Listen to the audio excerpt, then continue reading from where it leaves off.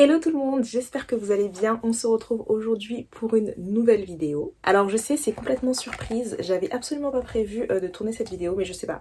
Là j'étais dans le heat of the moment et je me suis dit que j'avais envie de tourner une vidéo qui ne soit pas sur un format TikTok, que j'avais envie de parler un peu plus librement et du coup je me suis dit que j'allais faire une petite vidéo pour vous parler de mes sorties attendues de 2025. Ça fait tellement longtemps que j'ai pas tourné de vidéo que peut-être que j'ai oublié comment on faisait, comment on parlait face à une caméra. Je verrai au montage de cette vidéo et on verra combien de temps ça me prendra aussi parce que je crois que ça doit faire, ouais, ça doit faire un an, un petit peu moins peut-être que j'ai pas fait de vidéo, faudrait que je vérifie. Mais voilà. Vraiment désolée d'avoir disparu comme un rat, du coup. J'espère que vous ça va, mais en tout cas je suis super contente de vous retrouver et du coup c'est parti pour la vidéo. Je suis accompagnée de ma petite tablette qui comprend tous les titres. Mais du coup, petite introduction en disant que je trouve que cette année, là, en 2025, on a vraiment des pépites qui nous attendent. 2024, en termes de sorties attendues, c'était pas trop ça. Ma liste était pas hyper extensive. Mais là, cette année, en 2025, je trouve qu'il y a vraiment des belles choses qui arrivent et je suis super pressée. Surtout que la plupart de ces titres, c'est sur la deuxième moitié de 2025. Donc il va falloir être super patient finalement pour pouvoir découvrir ces jolis titres. Et le premier titre que j'ai hâte de lire, et vous avez certainement entendu parler de cette nouvelle sortie, c'est Sunrise on the Reaping, qui est un préquel dans l'univers de Hunger Games. Vraiment, Suzanne Collins a décidé de revenir nous bénir en nous donnant de nouveau de quoi manger après nous avoir donné La balade du serpent et de l'oiseau chanteur qui en plus est sorti en film en novembre 2024 et là on revient avec un nouveau préquel qui se base cette fois-ci sur l'histoire de Haymitch, donc Haymitch qui est le mentor de Katniss et de Peeta et donc ces jeux ont également eu lieu pendant la Quarterquell et pendant les Quarterquell les jeux sont toujours plus spéciaux et plus difficiles et la particularité pour Haymitch c'est que lui dans ces jeux ils n'étaient pas 24 mais ils étaient 48. Donc ça faisait 2 fois plus de personnes à abattre et étant donné que dans la trilogie Haymitch est vivant au début de Hunger Games, on sait qu'Haymitch a gagné ses jeux mais à quel prix et donc on en apprend plus et sur Haymitch et sur sa famille et sur ses jeux et je pense aussi un peu plus sur le président Snow et sur à quel point ce mec est taré. Franchement je pense que ce livre arrive à point nommé avec ce qui se passe en ce moment aux States. Je pense que Suzanne Collins ça s'est dit ça sent mauvais, voilà il faut faire quelque chose, il faut continuer à accroître la dénonciation. Donc franchement j'ai trop hâte de découvrir ce titre. Il sortira je crois quasiment au simultané ou peut-être quelques semaines après chez PKJ, donc c'est super chouette aussi pour les lecteurs français qui voudront le découvrir, ils n'auront pas besoin d'attendre plus de 3 mois pour avoir la traduction de ce titre. Ah, et j'ai oublié de préciser, il sort le 18 mars aux États-Unis. Le deuxième titre que j'attends impatiemment, c'est Kata Basis de R.F. Kuang. Alors, si vous ne connaissez pas R.F. Kuang, où est-ce que vous vivez? Est-ce que vous vivez sous une pierre? Mais R.F. Kuang, c'est vraiment une des autrices les plus en vogue de ces dernières années. Elle a une plume qui est tout simplement incroyable. C'est l'autrice de Poppy War et de Babel, ainsi que de Yellowface. Et là, c'est sa première romantaisie. Oui, vous avez bien entendu, pas fantasy, mais romantaisie. On reste toujours dans un univers un peu Dark Academia parce qu'en fait, on va suivre l'histoire de 2 rivaux académiques qui se détestent et qui vont devoir unir leurs forces pour descendre aux enfers, pour aller chercher leur prof, je pense. Je crois que c'est leur prof qui a écrit Advisor dans le résumé, mais du coup, je pense que ça doit être leur professeur-chercheur. Et le pire ne va pas être de descendre aux enfers, mais de devoir y survivre et surtout de devoir se supporter visiblement. Donc je sens le Enemies to Lovers à plein nez. Et connaissant R.F. Kuang, je pense aussi qu'elle va vraiment étendre l'univers et parler faire des descriptions de ouf, que ce soit de l'enfer ou du fait que les 2 personnages ils étudient à Cambridge, donc je pense qu'on va avoir aussi des descriptions à rallonge de Cambridge, mais j'ai vraiment hyper hâte de voir ce que ça peut donner parce que je n'ai jamais vu RF écrire de la romance, mais les petites bribes de romance qu'elle a pu écrire étaient absolument heartbreaking. Donc je pense que là, elle va vraiment nous briser le cœur avec cette histoire et j'ai très hâte de découvrir ça. Le troisième titre sur cette liste est encore un titre d'une autrice qui est hyper connue puisqu'il s'agit de V. Schwab, l'autrice de Shades of Magic et de Vicious et de La vie invisible de Addie LaRue. Si vous n'êtes pas nouveau sur cette chaîne, vous savez que La vie invisible de Addie LaRue, c'était absolument pas mon truc. J'ai pas aimé ce livre, je n'ai pas passé un bon moment. Mais du coup, je me suis dit que là, ce serait la dernière chance que je donnerais à V. Schwab pour cette nouvelle histoire, sachant qu'en plus c'est un roman adulte.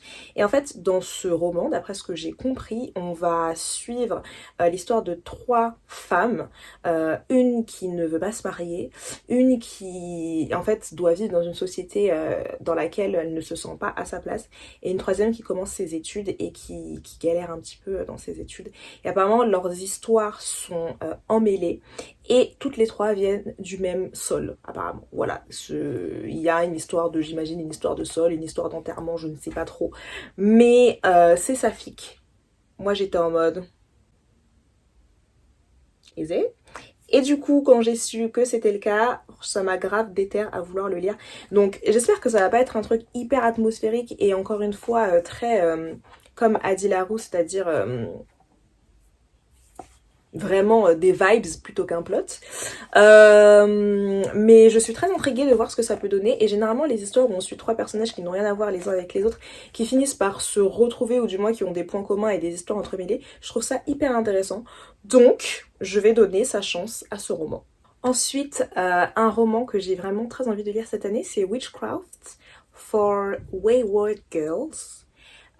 Qui est un roman fantastique, il me semble, où on suit l'histoire d'une jeune fille qui est admise dans un espèce d'établissement qui est fait pour ce qu'on appelle les Wayward Girls. Donc ça a lieu dans les années 70 si je me trompe pas. Et en fait une Wayward Girl, c'est une femme de petite vertu entre guillemets.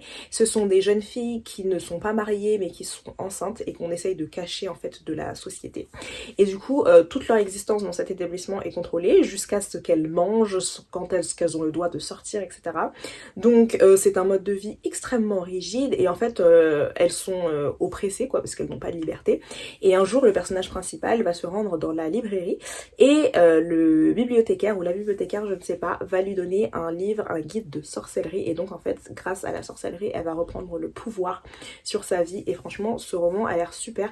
Je pense que ça parle de beaucoup de thèmes de féminisme, d'oppression, de liberté, de female rage, et franchement en ce moment c'est grave ce que je recherche aussi dans mes lectures. Donc je pense qu'il y aura une petite dose aussi de gore et d'horrifique d'après ce que j'ai cru comprendre, mais je suis hyper hypée pour cette sortie qui aura lieu, qui est déjà sortie. Je viens de me rendre compte parce que de base j'aurais dû faire cette vidéo début du mois de janvier. Nous sommes à la fin du mois de janvier et le roman sort le 14 janvier. Donc en vrai je pense le mettre dans ma pile à lire de février ou de mars pour pouvoir le lire rapidement et vous faire un retour dessus. Ensuite, un autre roman qui me fait super envie, c'est Hemlock and Silver de T. Kingfisher, qui est je crois une fantasy adulte et qui est un retelling de Snow White. Alors vous savez que moi les retellings c'est pas trop mon DEL, en général je trouve qu'en plus le marché a été inondé de retellings qui parfois n'étaient pas très bons, donc voilà. Mais celui-ci il a l'air trop cool. En gros on suit une guérisseuse qui avale du poison, non pas pour tuer mais pour sauver. Et alors qu'elle est en train de vaquer tranquillement à ses occupations, le roi lui demande de venir à la cour et de trouver un remède pour sa fille Snow qui est alitée et en fait rien ne marche et elle est très malade. Et en fait la guérisseuse elle essaye de tout faire en son pouvoir pour la sauver mais rien ne marche. Jusqu'au moment où elle trouve un monde caché à travers un miroir magique et qu'elle se rend compte que peut-être ce monde caché est la raison pour laquelle la fille du roi est malade. C'est pas genre incroyable comme pitch, juste le fait du monde caché, un monde un peu sombre, froid, etc. J'adore. Ça me fait penser à ces épisodes de Charmed, vous vous rappelez quand elles avaient leur elle mais maléfique dans l'autre monde. Et ben voilà, ça me fait penser à la même chose. Et voilà, ça a l'air super. Et il sort en août celui-là, donc comme je vous ai dit, beaucoup sur la fin d'année, mais il a vraiment l'air incroyable. Ensuite, un autre roman de fantasy adulte qui va sortir en avril 2025 et c'est écrit par un homme. Franchement, cette année, je trouve que je me suis grave améliorée sur les livres qui sont écrits par des hommes. Je sais pas ce que vous en pensez, mais moi je trouve que oui. Déjà, j'ai lu énormément de Brandon Sanderson. Bon, je crois que c'est le seul, mais étant donné que j'en ai lu beaucoup, je considère pour moi que c'est un grand pas. Bref, peu importe. Un roman qui va sortir en avril qui s'appelle The Radiant King. Déjà, le roi radieux. Juste par le titre, j'étais déjà hypée.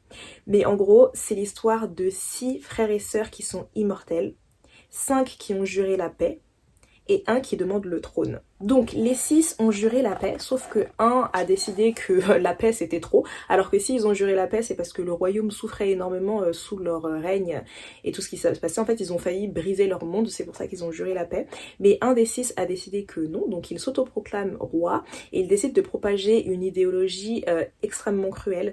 Et un des frères et sœurs décide que non, ça va pas être possible, donc il revient de son exil pour démettre son frère et pour cela il doit trouver des alliés, donc il s'allie à 2 personnes, dont une qui est apparemment une princesse complètement tarée, une princesse bâtarde complètement tarée, mais qui va l'aider à trouver une armée justement pour vaincre son frère. Et je crois que c'est le premier tome d'une trilogie, si j'ai bien compris. Ça a l'air super. Genre vraiment, rien que l'histoire du fait qu'ils sont immortels, du coup comment tu fais pour les arrêter, pour les stopper. J'ai très très hâte de découvrir ce roman, honnêtement, et j'ai vu beaucoup d'autres gens l'attendre. Donc voilà, ça a l'air très chouette. Ensuite, au mois d'août, nous n'avons pas exactement de date précise, mais nous aurons la sortie de Alchemize de Sen Yin-yu. Si vous êtes un peu sur les réseaux, vous avez vu cette sortie parce que absolument tout le monde en parle. Mais si vous n'êtes pas trop sur les réseaux et que voilà, vous n'avez pas vu cette sortie, en fait, Sen Yin-yu, c'est une autrice de fanfiction qui est extrêmement connue pour avoir écrit la fanfiction Manacled dans l'univers de Harry Potter. Mais quand je dis extrêmement connue, c'est-à-dire que c'est une des fanfictions les plus connues dans le monde de Harry Potter, à tel point que déjà de 1 elle va se faire éditer, mais de 2 des gens impriment son livre tellement ils ont adoré son livre et que ça a changé leur vie. Et moi, Manacled, petit aparté, mais c'était pas du tout mon délire parce que c'est une fanfiction de Hermione, donc il ship Draco Malfoy et Hermione. Moi, c'est un ship qui ne m'a absolument jamais attiré. Je ne m'étendrai pas plus là-dessus, mais j'ai lu Manacled que j'ai terminé il y a 2 jours. J'ai adoré Manacled et du coup, j'ai absolument hâte, mais je pense que c'est le livre que j'attends le plus avec Hunger Games, de découvrir Alchemized. J'ai extrêmement hâte de découvrir Alchemized parce que du coup, en fait, Alchemized, c'est la version de Manacled éditée. Sauf que tu ne peux pas éditer une fanfiction, c'est illégal, donc en fait elle a dû retirer toutes les mentions à Harry Potter. Donc les personnages ont dû être retravaillés, le système de magie aussi. Désolée si vous avez entendu, c'est ma soeur qui parle dans la chambre d'à côté. Bref, donc je disais, elle a dû enlever toutes les références à l'univers de Harry Potter. Et en fait, vu la manière dont c'était amené dans le livre, et elle a apporté énormément d'éléments de magie et d'alchimie, j'ai vraiment hâte de découvrir ce que ça va donner parce que l'histoire reste la même. En fait, on suit l'histoire d'une fille qui est une guérisseuse pendant la guerre, sauf que son monde a été pris par les forces du mal ont gagné et en fait elle a perdu la mémoire et le Seigneur des Ténèbres, qui ne s'appellera pas le Seigneur des Ténèbres je pense parce qu'on ne parle pas de Voldemort, veut absolument découvrir quel est ce secret. En fait tout le monde est en mode oui c'est une petite guérisseuse inoubliable, elle a rien d'exceptionnel, sauf que anguille sous roche. Est-ce que finalement elle ne garderait pas un secret et donc elle est assignée en tant que mère porteuse, et là on voit l'empreinte de The Handmaid's Tale, à un haut commandant du Seigneur des Ténèbres de cet univers, dans le but de découvrir ses souvenirs. Et comment vous dire que je vais pas m'étendre en long, en large, en travers, parce que soit je vous ferai une vidéo dédiée à Manacled, soit je vous en parlerai dans mes lectures du mois de janvier, mais ça promet, c'est tout ce que j'ai à dire. Et du coup je suis hypée, mais à un point vous pouvez pas savoir. Moi qui ne pensais pas un jour être hypée par ça, et sachez que je suis extrêmement contente qu'elle se soit fait éditer parce que je suis hyper curieuse de voir tous les changements qu'elle va apporter à cet univers. Ensuite nous avons encore une fanfiction inspirée du ship Draco Malfoy et Hermione, parce qu'il faut sachez que c'est un des ships les plus connus et les plus utilisés dans la fandom. Genre vraiment les gens ils adorent. Ils adorent ce pairing pour des raisons qui m'échappaient avant mais que maintenant je comprends un petit peu mieux. Mais du coup une deuxième fanfiction qui va être éditée et qui s'appelle Rose in Chains, qui est tirée d'une fanfiction que je n'ai pas encore lue mais que j'ai extrêmement envie de lire. Et du coup, dans ce roman, on a une princesse qui a été capturée par ses ennemis. On lui a retiré sa magie et en fait, elle est vendue. Elle est vendue au plus offrant et du coup elle se voit être vendue à une famille qui est extrêmement cruelle. Elle est vendue à cette famille et du coup tout son monde est chamboulé et en fait ce mec elle le connaissait d'avant, il y avait toujours eu une petite attirance mais ils se détestent. Donc encore une fois on est sur Enemies to Lovers qui je pense est de qualité parce que The Auction, la fanfiction dont ce roman est tiré, est extrêmement connue également dans l'univers des fanfictions Harry Potter. Et voilà, et du coup, comment vous dire, je suis vraiment hyper hypée. Apparemment, l'univers magique est captivant, la romance est incroyable et c'est extrêmement bien écrit. Et Julie Soto, c'est une autrice de fanfiction qui est très connue également dans le milieu. Et ce roman sortira, toc toc toc, le 8 juillet. Donc encore une fois, on est sur la deuxième partie de l'année. Ensuite, 2 romans français qui sont les 2 seuls de cette liste que j'attends avec impatience. Le premier, je pense que vous en douterez, mais c'est le tome 2 des Carmidor d'Olivia Gomez. Le tome 1 que j'avais adoré et que j'avais recommandé à tout le monde. Eh bien, Olivia a changé de maison d'édition, donc au printemps 2025 sortiront à la fois le premier et le deuxième tome qui ont été rachetés par les éditions Plume Blanche. Et moi, de base, j'étais la bêta lectrice du tome 2. Je n'ai pas eu le temps de lire le tome 2 avant qu'il soit envoyé en correction et après en impression. Mais du coup, je pense que je les découvrirai directement sur papier. Et en fait, ça fait tellement longtemps que j'ai lu le premier tome des Carmidor, je crois que c'était en 2019, que j'avais adoré et attendu la suite avec impatience, que là, je me dis que je vais devoir relire le premier tome au moins avant de me replonger dans cette suite qui est attendue depuis maintenant plus de 5 ans. Donc pour vous dire à quel point voilà, j'ai hâte de connaître la suite et de savoir ce qui va arriver à ces personnages. Et le deuxième titre en français qui me tente beaucoup, c'est Peau d'âme, qui est un titre qui sortira également au printemps 2025. En mars il me semble, et en fait ce titre m'a hypé de fou parce qu'il m'a été recommandé par ma copine Smarties qui m'a dit qu'il pourrait me plaire et qu'elle avait adoré. Et je vous lis le résumé que je viens de trouver sur Booknode. Cloîtrée derrière les murs dorés qui l'ont vu naître, Blanche passe ses journées hantée par les souvenirs de sa défunte mère. Lorsque son père lui annonce son projet de se remarier à la suite du bal donné pour l'anniversaire de la jeune femme, celle-ci comprend qu'il a renoncé à faire d'elle son héritière. Le roi compte d'ailleurs profiter des festivités pour la présenter à Armand Meslay, le fils de sa plus grande rivale. Cette alliance pourrait empêcher la guerre qui s'annonce entre leurs royaumes. Blanche n'a que peu de temps si elle veut convaincre son père qu'elle est aussi sage que l'était sa mère et donc digne de lui succéder. Elle ne voit ni la folie qui embrase les yeux de ce dernier, ni l'adoration qui illumine le roi de celui qui la cour, surnomme le fou du roi. Rattrapée par les effroyables secrets que dissimule le souverain, la princesse d'Ivry est prête à tous les sacrifices pour échapper au piège implaçable qui se referme sur elle jusqu'à accomplir un pacte magique. Or, dans une tour oubliée du palais, une fée enfermée depuis des années attend son heure, celle de la vengeance. Alors déjà, rien que ce résumé, ça a l'air trop cool. Smarties m'a dit qu'il était incroyablement bien écrit, je n'ai vu que des retours positifs sur ce livre. L'objet livre, en plus, bon ça c'est un petit peu superficiel, mais absolument magnifique. Et Smarties m'a dit qu'il était rempli de sujets hyper importants, sous-jacents, sur le féminisme, sur le female rage, etc. Donc forcément, moi elle m'a dit ça, c'est bon, elle m'a convaincue, donc j'ai très hâte également de découvrir ce roman. Sortira également en français Wind and Truth, qui est le 5e tome des archives de Rochard, qui est sorti donc là au début du mois de décembre 2024, qui est énorme. Il fait 65 heures d'audio, 65 heures d'audio s'il vous plaît. En français je sais même pas, j'arrive même pas à m'imaginer combien d'heures d'audio ce sera. Mais là je suis au milieu du 3e tome des archives de Rochard, donc je ne lirai pas le 5e tome tout de suite. Mais j'espère le lire d'ici la fin de l'année 2025. Et du coup sa traduction en français est fortement appréciée. Donc je l'ai inclus là en mention honoraire de cette vidéo. Arrive sur cette liste le 3e Dramion qui va être traduit. Vraiment cette année c'est l'année des Dramions. C'est-à-dire que les autrices de fanfiction qui ont percé dans la fandom, elles se font toutes traduire. Je suis hyper contente pour elles.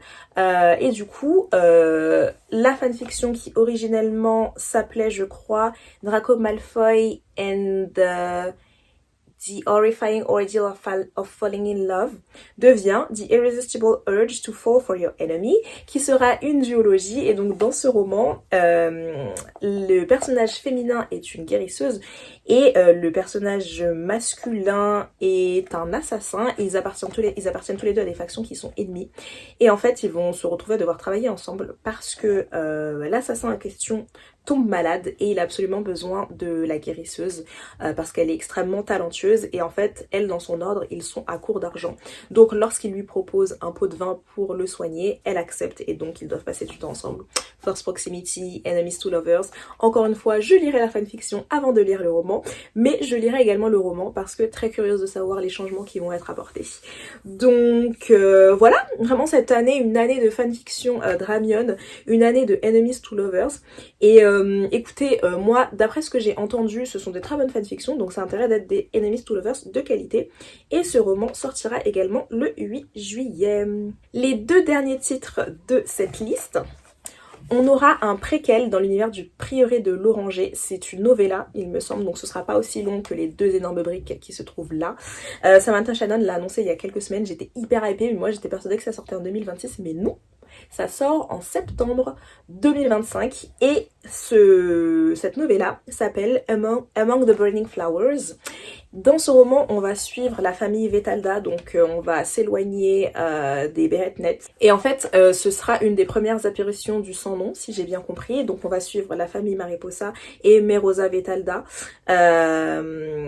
qui est promise à Obrecht Livlin, qui est le prince du État de Mettendon. Et du coup, les deux vont devoir s'allier pour garder le monde dans une situation de relative sécurité. Et garder Iskalin safe, j'ai envie de dire. C'est horrible parce que j'ai les résumés en anglais, du coup j'ai envie de vous parler en anglais. Mais bref, en gros les deux vont s'allier pour défaire le haut général du sans-nom. Et ça a l'air super cool. Elle avait dit qu'elle avait travaillé dessus et qu'elle avait adoré. Donc franchement moi tout ce qui est dans l'univers du prieuré de l'Oranger de toute façon je prends clairement. Et voilà, on n'a pas encore de cover mais j'imagine que ce sera dans la continuité de celle-ci. Et du coup on se retrouvera en septembre quand je l'aurai lu. Mais je pense que ça pourrait être hyper intéressant parce que cette famille-là avait pas été hyper exploitée dans le prieuré de l'Oranger. On les voit pas du tout dans Un jour de nuit tombée. Et moi c'était un personnage que j'avais adoré. Le personnage qui appartenait à la famille des Vetalda. Donc si on peut les revoir un peu plus, leur culture et tout était super. Donc j'ai vraiment hâte de voir ce que ça peut donner. Et enfin, le dernier livre que j'attends avec impatience, c'est de Ravenscroller qui sortira le 15 avril 2025. Et ce livre m'intéresse particulièrement parce qu'il me rappelle un roman que j'avais adoré et qui est quelque part par là, je crois, qui s'appelle... qui s'appelle The Concealer, qui n'a malheureusement jamais eu de suite et je ne sais pas s'il y aura une suite, mais le résumé m'a énormément rappelé celui de The Concealer. En fait, déjà c'est de la fantaisie épique et franchement je suis en mode oui, ramener la fantaisie épique sur le devant de la scène s'il vous plaît, parce que la romantaisie ça va 2 secondes. Moi j'adore la fantaisie épique et ces dernières années on n'en a pas eu énormément. Donc franchement là s'il y a un regard d'énergie sur la fantaisie épique, je suis hypée. Et en fait on est dans un royaume où le roi vient de mourir après 24 ans de paix. Et du coup, lorsqu'il meurt, il y a tout un tas de prétendants au trône qui commencent à entrer en compétition les uns avec les autres. Et un d'entre eux meurt. Et du coup, c'est Nima Kara, qui est une chercheuse, donc une high scholar, qui doit trouver qui est le tueur et qui a été capable de tuer pour obtenir le trône. Et voilà, et du coup elle se retrouve un peu toute seule, mais apparemment elle va être aidée dans sa quête de retrouver qui a tué ce prétendant au trône. Moi les personnages qui sont des chercheurs ou qui sont des intellectuels j'adore, je trouve qu'ils sont pas souvent mis en avant, mais souvent les soldats et autres, mais vraiment les chercheurs je trouve que c'est hyper intéressant à chaque fois leurs réflexions. En plus ils sont beaucoup plus cunning, beaucoup plus dans la réflexion et t'as des plot twists en général de dingue. Donc voilà, j'adore lire sur des personnages qui sont plus intelligents que moi, je trouve ça hyper stimulant. Donc j'ai hâte de découvrir. J'ai beaucoup dit ça pendant cette vidéo, mais je trouve que cette sélection là elle est vraiment pépite. Et voilà, c'est tout pour moi pour les livres que j'ai hâte de lire. Je suis impatiente de lire ces romans vraiment sur la deuxième année 2025, la deuxième partie de l'année 2025. Elle va être hyper chargée, mais que des bonnes sorties. Donc j'ai les 6 premiers mois là pour rattraper mon retard sur ma pile à lire, et les 6 prochains mois ce sera consacré aux nouveautés je pense. Mais voilà, j'espère que cette vidéo vous a plu. N'hésitez pas à me dire quelles sont vos sorties attendues en commentaire. Peut-être que nous en avons en commun et peut-être que je vais découvrir des titres également dans ce que vous me direz. Mais en attendant, je vous souhaite une très bonne fin de semaine et je vous dis à bientôt pour une nouvelle vidéo.